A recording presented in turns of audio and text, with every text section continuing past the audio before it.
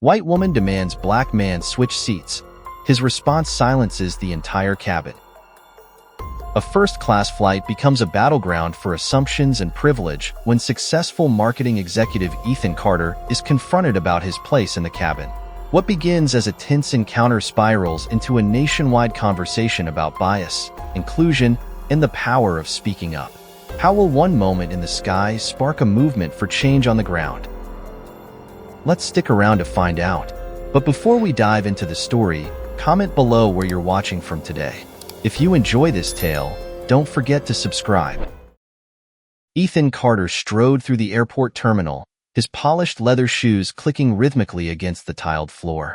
At 36, he had built a stellar career as a marketing executive, known for his charisma and sharp instincts. But even the best minds needed rest, and this trip marked his first vacation in over a year. Ethan had booked a first-class seat on a flight to a luxurious beachside resort, eager to unwind after months of relentless deadlines and late nights.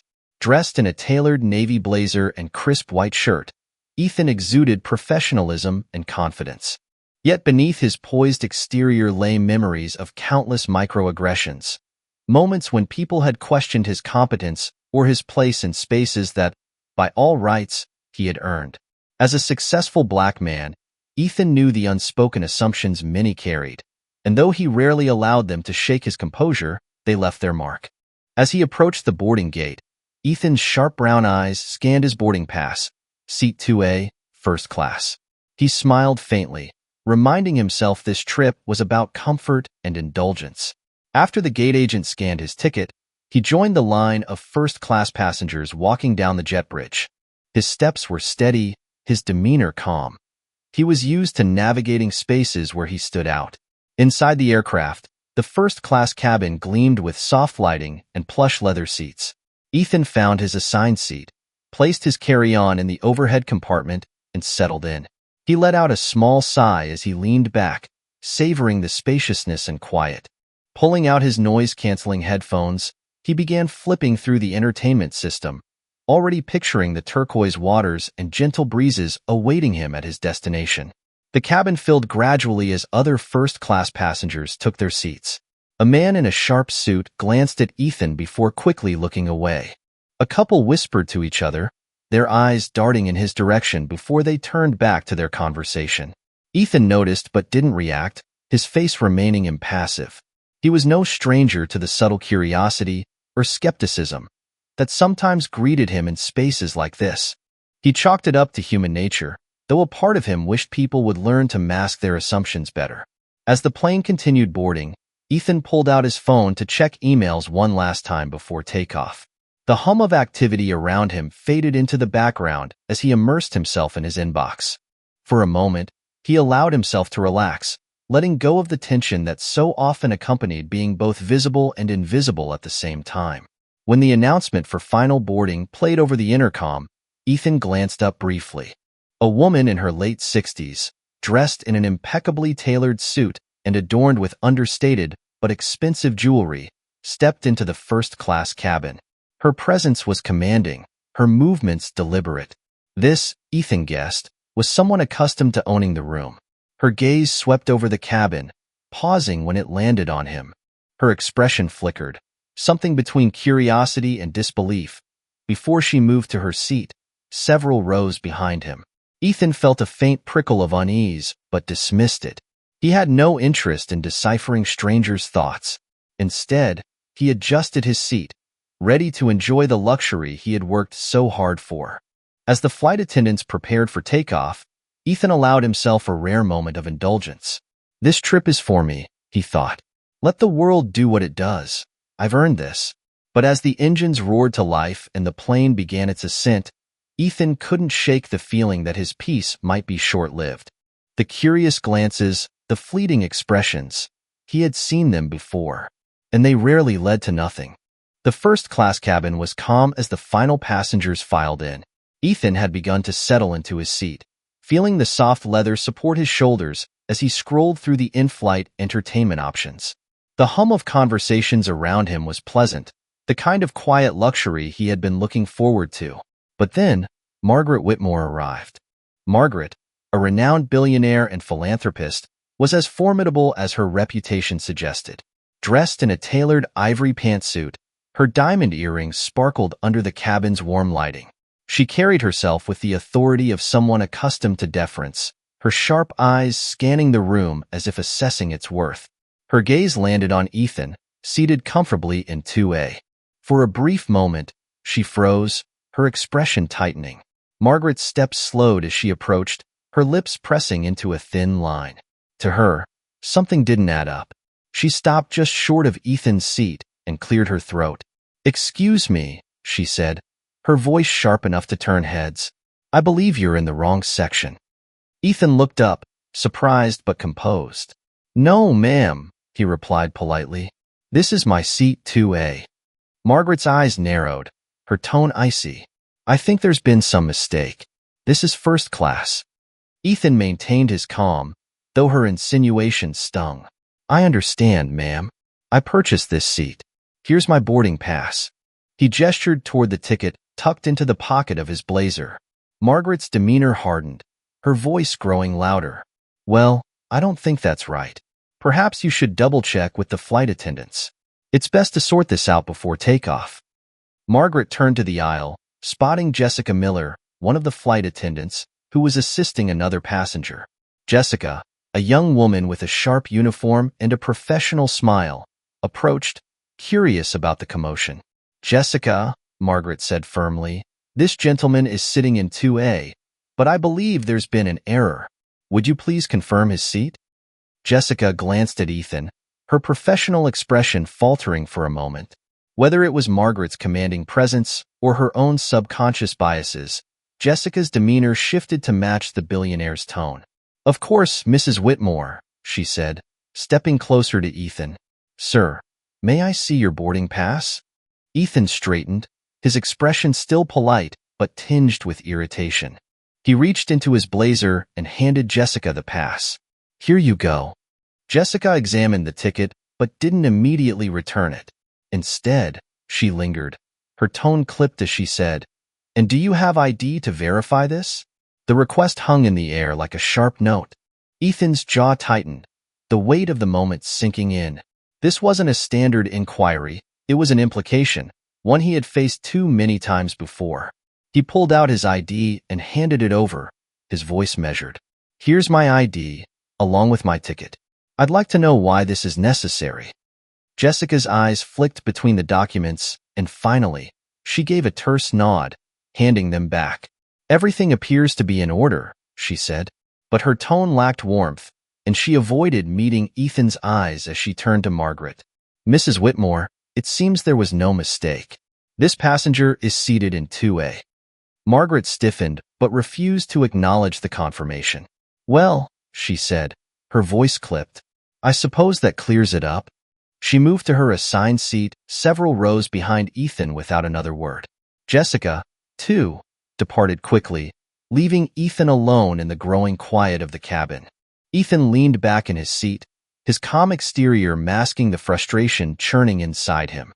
The exchange had been humiliating, not because of Margaret's assumptions, those he had grown accustomed to, but because of Jessica's failure to act impartially.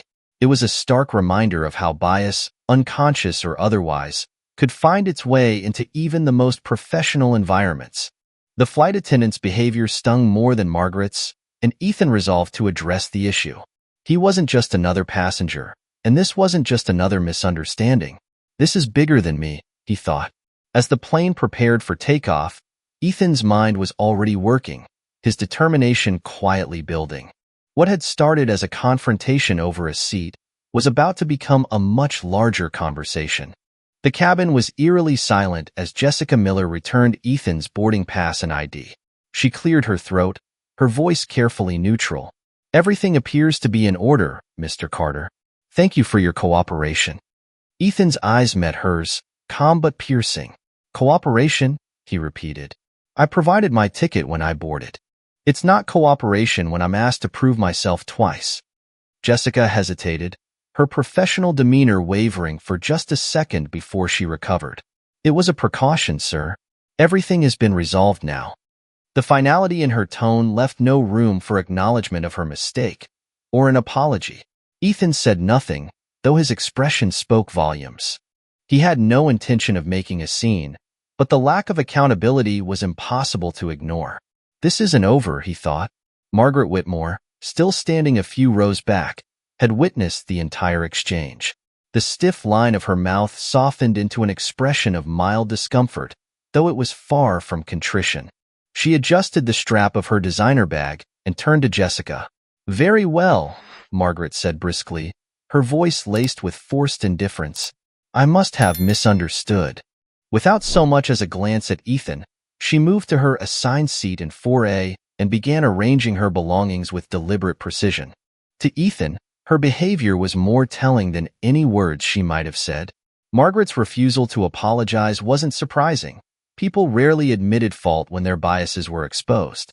Still, the interaction left a bitter taste in his mouth.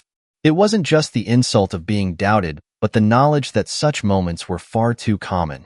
Ethan had spent his life in professional spaces where implicit judgments often dictated the rules of engagement. He had learned to navigate them with grace, knowing that an outburst could harm him more than the original slight. But this time felt different. Sitting in the relative comfort of 2A, he couldn't shake the sense that this incident represented something far larger than himself. Jessica returned to her duties, moving efficiently between passengers, but her interaction with Ethan lingered in her mind. She wasn't oblivious to the tension she had caused, nor to the slight edge in her voice when she had spoken to him. Jessica prided herself on her professionalism, yet she couldn't deny the subtle assumptions that had shaped her behavior. Still, she chose to compartmentalize her thoughts, focusing instead on the tasks at hand. "Everything's fine now," she muttered to herself, almost as if to absolve her guilt. Ethan, meanwhile, stared out the window, his reflection faintly visible against the backdrop of a setting sun. He replayed the sequence of events in his mind. Margaret's condescension, Jessica's pointed demands, the way his presence had been questioned without cause. "This isn't just about me," he murmured under his breath. Ethan's thoughts turned to the countless others who had likely faced similar treatment, but lacked the confidence or resources to respond. How many people had been forced to prove themselves in spaces they rightfully belonged? How many had been humiliated in silence? This wasn't just about a misunderstanding on a plane. It was about a system of biases that perpetuated exclusion and inequality. As the plane taxied for takeoff, Margaret opened a glossy magazine, pretending to immerse herself in an article. But every so often, she glanced toward Ethan, her discomfort evident in the way her fingers fidgeted with the pages. Though she wouldn't admit it, her actions had sparked a series of events that would soon spiral beyond the confines of the first-class cabin. Ethan, however, had no intention of confronting her further. For now, he focused on what lay ahead. The moment wasn't just personal anymore. It was an opportunity to address a much larger issue. As the plane lifted into the air, so too did Ethan's resolve. He wasn't seeking an apology, he was seeking change. And deep down, he knew this flight would mark the beginning of something far bigger than himself. The hum of the plane's engines filled the cabin, a steady backdrop to the low murmur of first-class passengers settling in. Ethan Carter sat quietly in his seat, gazing out the window. He had planned to let the incident fade into the background of his journey, to absorb himself in the promise of his upcoming vacation. But as the plane reached cruising altitude, a thought gnawed at him. Silence only lets things stay the same. Ethan turned slightly, glancing back at Margaret Whitmore, who was seated in 4A. She was engrossed in a hardcover book, the gold lettering on the spine glinting under the cabin lights. Ethan leaned forward, his voice calm but firm. "Mrs. Whitmore," he began, ensuring his tone carried just enough weight to pierce the ambient noise. Margaret looked up, startled, her carefully composed face slipping for a moment before she collected herself. "Yes," she replied cautiously. "I wanted to ask you something," Ethan said. "When you saw me sitting here earlier, why did you assume I didn't belong?" Margaret stiffened, her eyes narrowing defensively. "I didn't assume anything," she said quickly. "I thought there had been a mistake with the seating. That's all." Ethan held her gaze, undeterred. "Really? Because the way you spoke to me, and the way you insisted I couldn't be in this seat, suggested otherwise. Margaret's fingers tightened around the edge of her book. I was trying to ensure everything was in order. It wasn't personal. Ethan tilted his head slightly, his voice steady but probing. If it wasn't personal, why didn't you question anyone else in this cabin? Or wonder if the mistake might have been yours? For a moment, Margaret didn't answer. The faint flush of her cheeks betrayed her discomfort, and she glanced around, as if hoping someone would step in to redirect the conversation. But no one did. Nearby passengers had begun to listen, their subtle glances and shifting postures betraying their interest. I suppose, Margaret began, then paused, her voice faltering. I suppose I did make some assumptions. It wasn't intentional. Intent doesn't change impact, Ethan said gently. I've worked hard to get where I am, Mrs. Whitmore. But moments like these make it clear that some people still don't see me as belonging, no matter what I've accomplished. Margaret's shoulders slumped slightly, the weight of his words sinking in. I didn't mean to offend you, she said after a long pause. I've always considered myself open-minded, but maybe you're right. Maybe I acted on a bias I didn't realize I had. Ethan nodded, his expression softening. Acknowledging it is the first step. But it's not just about you or me. It's about recognizing how these assumptions affect people every day. Their exchange sparked murmurs among the other passengers. A middle-aged man across the aisle spoke up hesitantly. You know, I've probably done the same thing, he admitted. Not consciously, but I've caught myself making snap judgments about people. A young woman in a business suit chimed in. I think we all do, in some way. It's just easier to go with what's familiar. As the conversation grew, passengers began sharing their own experiences, times they had been judged unfairly, or when they had made judgments themselves. The initial tension in the cabin gave way to a thoughtful, almost cathartic exchange. It wasn't just a dialogue between Ethan and Margaret anymore. It had become a shared moment of reflection. Unbeknownst to anyone, one passenger in the corner of the cabin had been quietly recording the conversation on their phone. They captured the raw honesty of Ethan's questions, Margaret's reluctant admissions, and the candid confessions of the other passengers. By the time the plane began its descent, the video had already been uploaded to social media with the caption, "A first-class lesson in bias." None of the passengers, not even Ethan, knew that their conversation would soon ignite a firestorm of debate online. For now, the cabin settled back into its usual rhythm, the passengers returning to their seats with thoughtful expressions. As the plane prepared for landing, Margaret turned to Ethan one last time. I appreciate you speaking up, she said quietly. I have a lot to think about. Ethan offered her a small smile. That's all I ask. He leaned back in his seat as the plane touched down, unaware that his decision to speak up at 30,000 feet would soon ripple far beyond the confines of this flight. As the plane taxied to the gate, Ethan Carter reached for his phone, ready to check his emails and messages.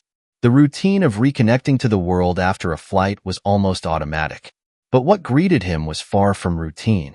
His notifications were exploding, texts, missed calls, and a flood of social media alerts.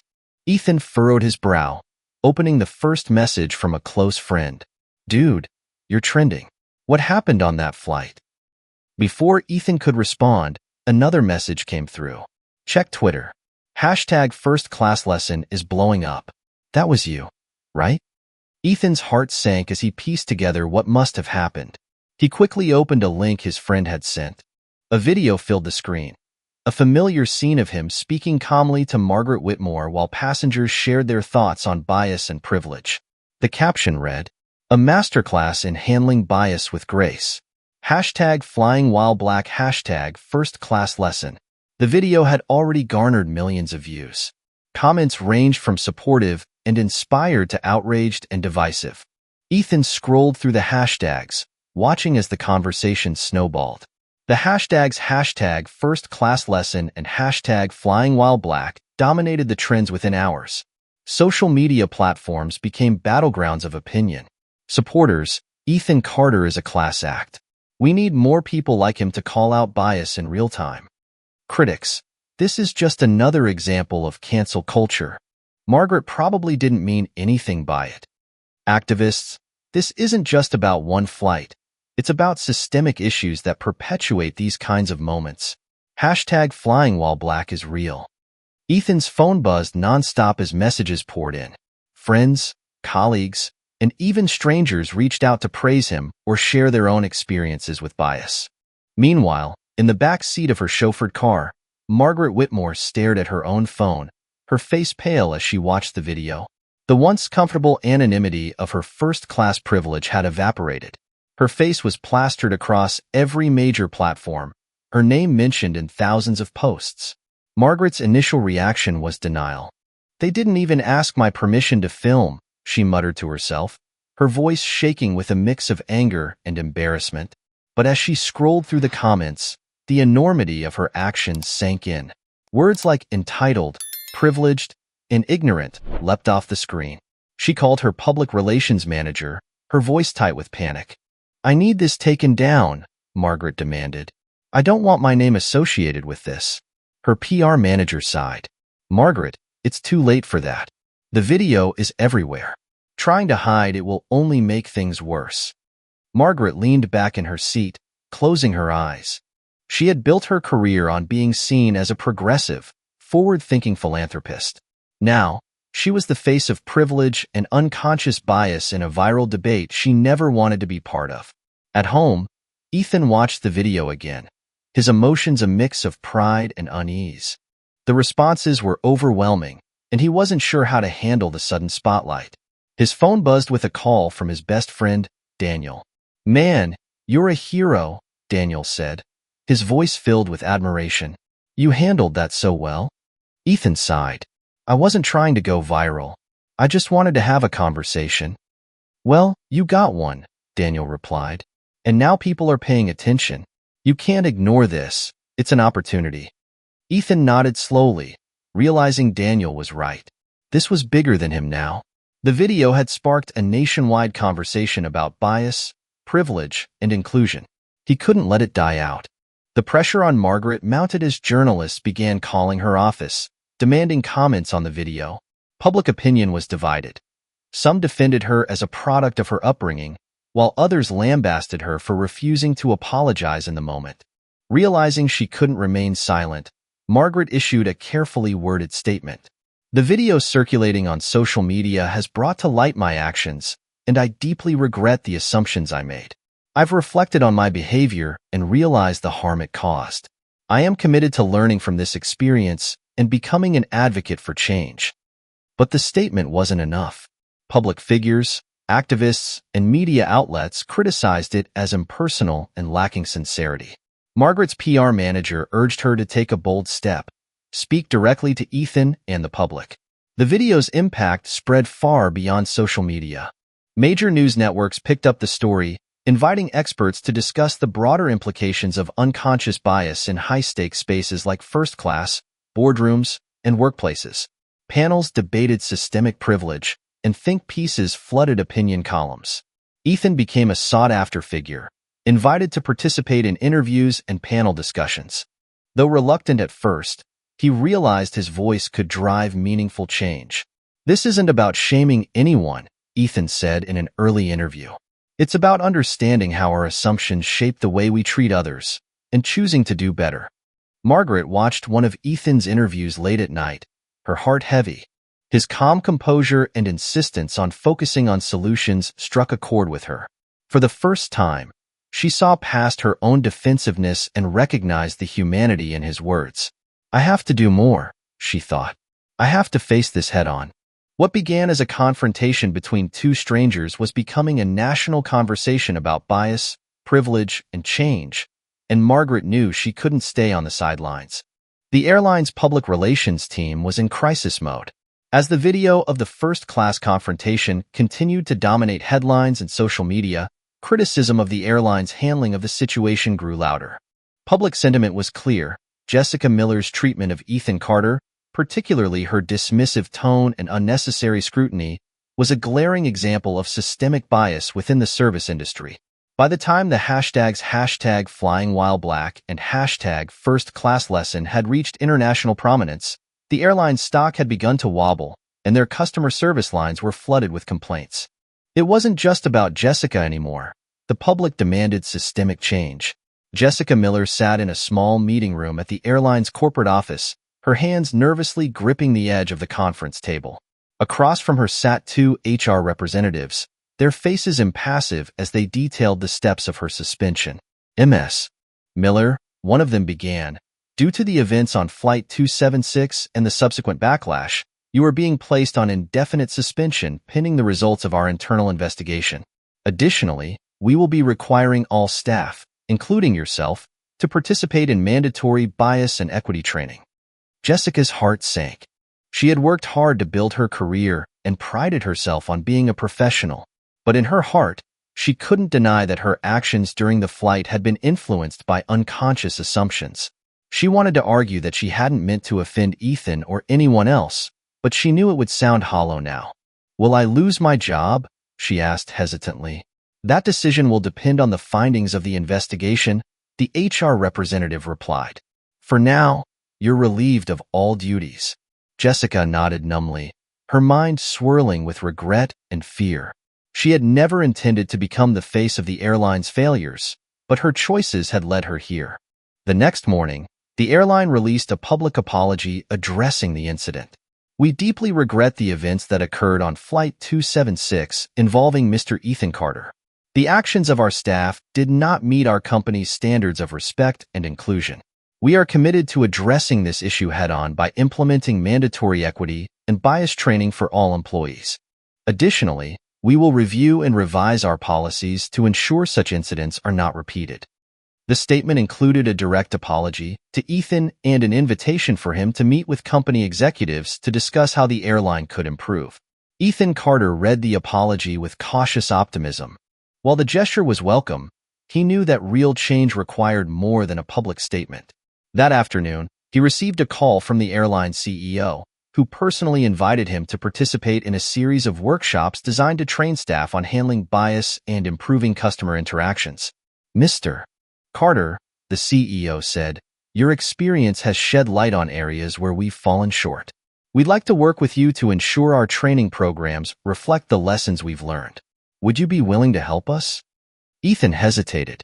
The experience on the flight had been painful, and reliving it in a corporate setting wasn't something he relished. But the opportunity to create meaningful change outweighed his discomfort. "I'd be willing to participate," Ethan replied, "but only if the focus is on creating real, systemic change, not just a PR move." "Agreed," the CEO said. "We're committed to making this right." The airline quickly moved to develop a comprehensive training program, incorporating Ethan's input alongside feedback from diversity and inclusion experts. Ethan shared his experience during several workshops, emphasizing the subtle but pervasive nature of unconscious bias. "Bias isn't always loud or obvious," Ethan explained to a room of staff during one session. "It can show up in small ways, like questioning someone's place in a space where they belong. But those small actions have big impacts. Addressing them starts with awareness." Jessica, still suspended, was required to attend these sessions. Sitting quietly at the back of the room during Ethan's talk, she felt a mix of shame and gratitude. His calm and measured tone reminded her of the grace he had shown on the plane, grace she hadn't reciprocated.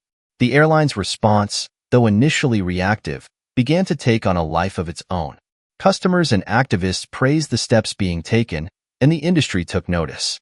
Other airlines began announcing similar training programs, inspired by the changes Ethan's story had sparked. For Ethan, the workshops were just the beginning.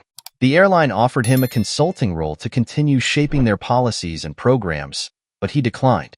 "I'm happy to contribute as a voice for change," he told the CEO. "But the work has to come from within your organization. It's about creating a culture that doesn't just react to moments like these, but prevents them in the first place." Jessica's future with the airline remained uncertain, but her time away forced her to confront her own biases and assumptions.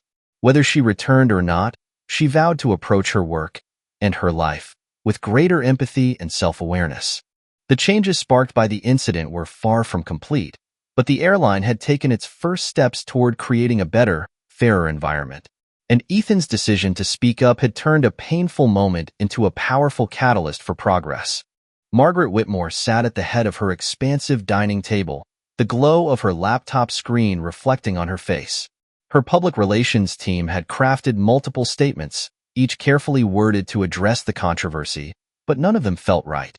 Every draft avoided what she now knew was the heart of the issue, her own assumptions. Margaret sighed deeply. For a woman who had spent her life commanding rooms, navigating billion-dollar deals, and being lauded as a philanthropist, admitting personal failure felt like uncharted territory. But the weight of the public's judgment, coupled with her growing self-awareness, left her with little choice. I need to own this, she thought. The idea of a joint interview with Ethan Carter had been proposed by her PR team as a way to show accountability. Initially, Margaret resisted. The thought of revisiting the confrontation filled her with dread. But after watching Ethan's interviews, she realized the power of his calm, measured voice. This isn't about me, she reminded herself. It's about learning and doing better. 2 weeks later, Margaret joined Ethan on a nationally televised talk show. The studio lights were bright, the atmosphere tense yet expectant. The host welcomed both of them with an air of professionalism, but the focus was clearly on Margaret. Margaret began with a deep breath, her voice steady but tinged with vulnerability. First, I want to thank Mr. Carter for agreeing to sit with me today. I owe him, and the public, an apology.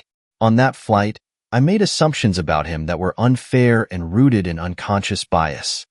She glanced at Ethan, her eyes sincere. I've spent my career advocating for fairness and equality, yet in that moment, I failed to live up to those values. I didn't realize how my actions could harm someone else, and for that, I am truly sorry. Ethan nodded, his expression calm but resolute. Acknowledging bias isn't easy, he said. It takes courage to admit when we've fallen short, but that's the first step toward change. The host guided the conversation, giving both Margaret and Ethan space to share their perspectives.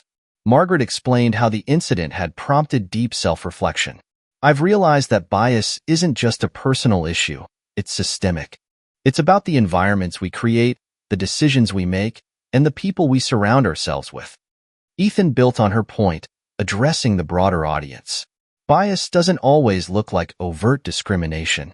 Sometimes it's subtle, a glance, a question, an assumption, but the impact is just as real. Recognizing it is the first step, but what we do next is what truly matters. As the conversation unfolded, Margaret revealed something unexpected. This experience has changed the way I view not just myself but my company. I've come to understand that if I want to lead with integrity, I need to ensure that diversity and inclusion are part of every decision we make. Margaret took a deep breath, then made a public pledge. As of today, my company will be launching a comprehensive diversity and inclusion initiative.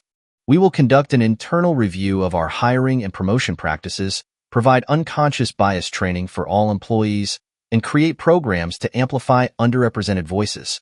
I want my company to reflect the fairness and equity I failed to show on that flight. The announcement caught the host, and even Ethan, by surprise. It was a bold move, one that showed Margaret was willing to turn her mistake into an opportunity for meaningful change. Ethan responded thoughtfully. Actions speak louder than words. If this leads to real progress, then that's something we can all support. But it's important to remember that change isn't a one-time commitment, it's ongoing work. The interview concluded with a reflective tone, both Margaret and Ethan agreeing that the journey toward equity is a collective one. Margaret's admission of guilt and her proactive response sparked a wave of discussions online. Some praised her courage, while others remained skeptical, urging her to follow through on her promises. For Ethan, the experience reinforced his belief in the power of dialogue. As he left the studio, he felt a sense of hope, not just for himself, but for the broader conversations about bias and privilege that the incident had ignited. Margaret, meanwhile, returned to her office with a renewed sense of purpose. She knew that her announcement was just the beginning and that the real work lay ahead.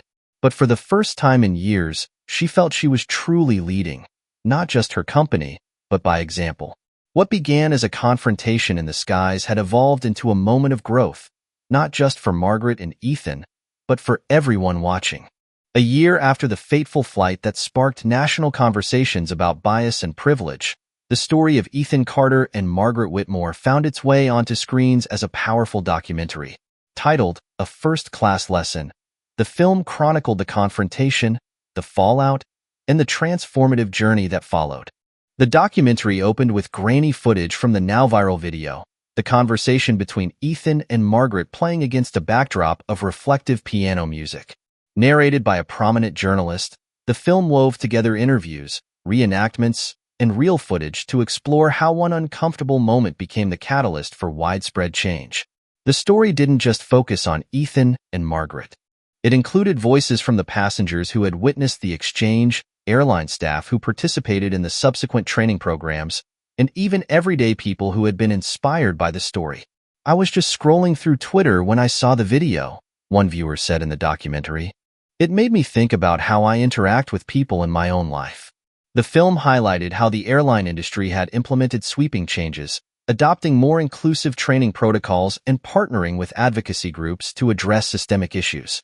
It also showcased Margaret's company, which had launched initiatives to promote diversity and equity within its ranks, creating scholarships and mentorship programs for underrepresented groups. The documentary captured Ethan's rise as a sought-after speaker and advocate.